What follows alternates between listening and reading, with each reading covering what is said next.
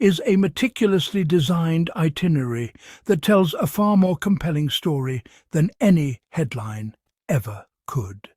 The visit begins next Tuesday, with Meghan addressing over 300 women at the Her Best Life retreat at the Intercontinental Hotel at Coogee Beach in Sydney.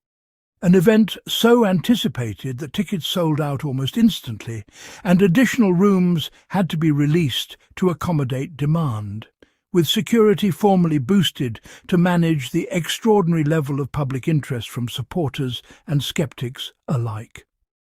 From there, the picture broadens considerably. Harry and Meghan will visit a children's hospital, a venue that demands genuine warmth and authentic presence rather than polished performance, a space where you cannot fake your way through and have it feel right to the families you encounter. They will engage with the Australian veterans community through engagements rooted in Harry's years-long, deeply genuine relationship with them through the Invictus Games and his own military service. Meghan will visit a women's homeless shelter, an engagement that speaks volumes about her values when cameras are not the primary consideration.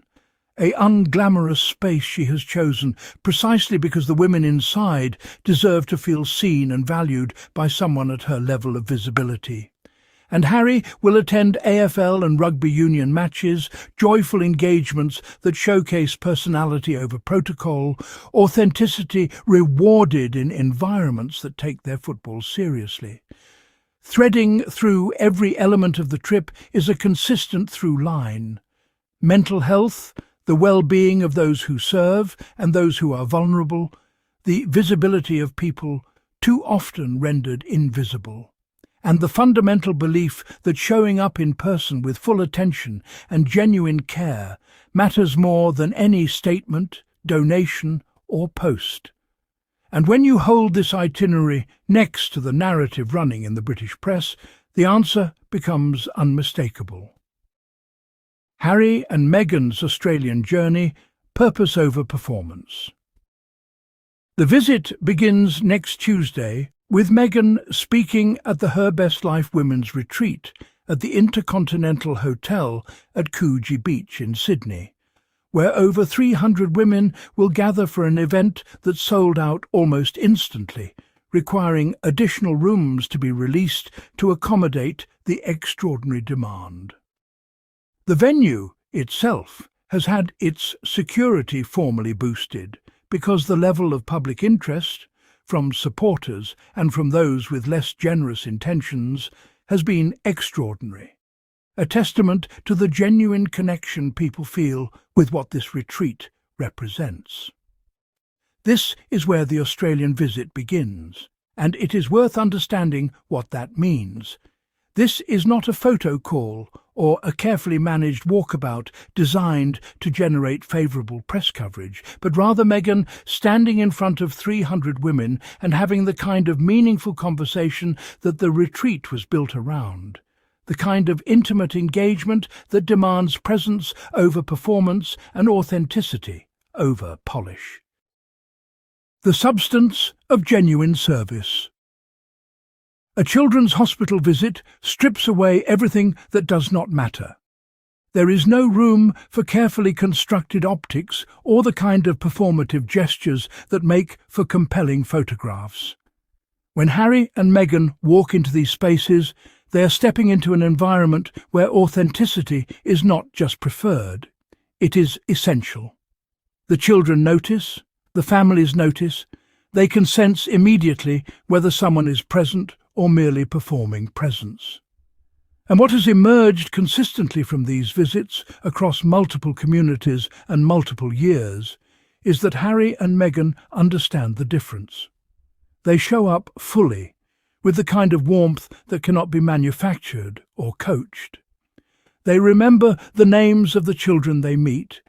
They ask follow-up questions that signal genuine interest rather than procedural obligation. They return. They maintain the relationships they have built. This is not the work of people chasing relevance or desperately seeking positive coverage. This is the work of people who have made a genuine commitment to communities and who understand that commitment requires showing up repeatedly, authentically, with nothing to gain but the knowledge that you have made a difference in someone's life. A children's hospital visit is perhaps the most honest engagement anyone can undertake in a public role, because there is nowhere to hide in it. And the consistent feedback from these visits tells us something fundamental about who Harry and Meghan are when no one is watching and when the only audience that matters is the people directly in front of them. Harry's unwavering connection to the Australian veterans community. Harry's presence within the Australian veterans community represents far more than a ceremonial obligation or a strategic stop on a publicity itinerary.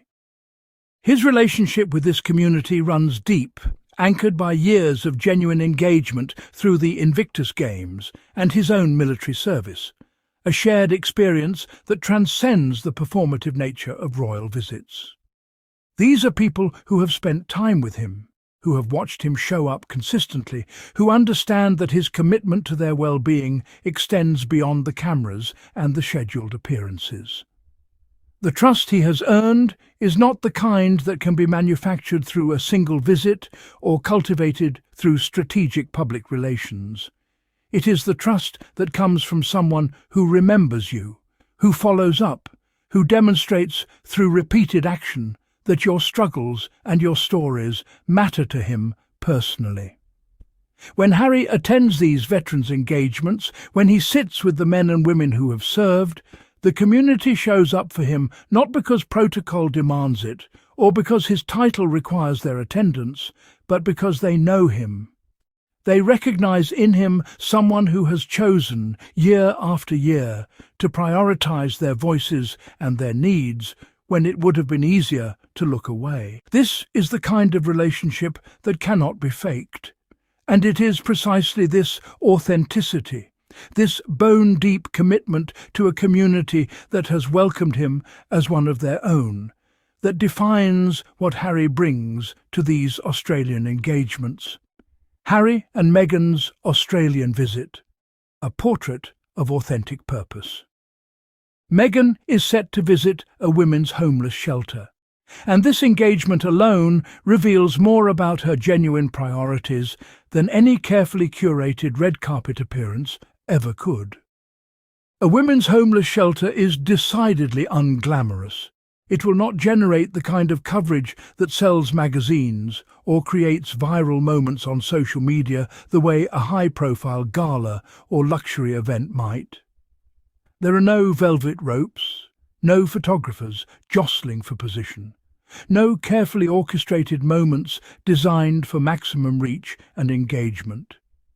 This is the kind of visit you undertake because you believe it matters, because you understand that visibility itself is a form of care, and because the women inside that shelter deserve to know that someone at Meghan's level of prominence sees them and considers their lives worth showing up for. It is a choice that speaks to something deeper than brand management or public relations strategy.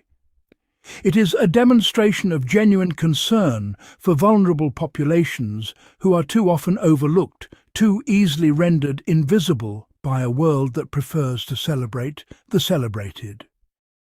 In choosing this shelter, in choosing to spend her time and energy in a space that will offer no photographs for posterity and no headlines for tomorrow's papers, Meghan is making a statement about what truly matters to her. Not the spectacle, but the substance. Not the glamour, but the genuine human connection. Not the performance, but the presence of someone willing to make invisible women feel seen and valued. Harry and Meghan's Australian visit. Beyond the headlines. Harry is also expected to attend a match with an AFL club in Melbourne and a rugby union match in Sydney, and these engagements matter precisely because they are joyful and unscripted in ways that reveal something true about who he is when the pressure to perform falls away.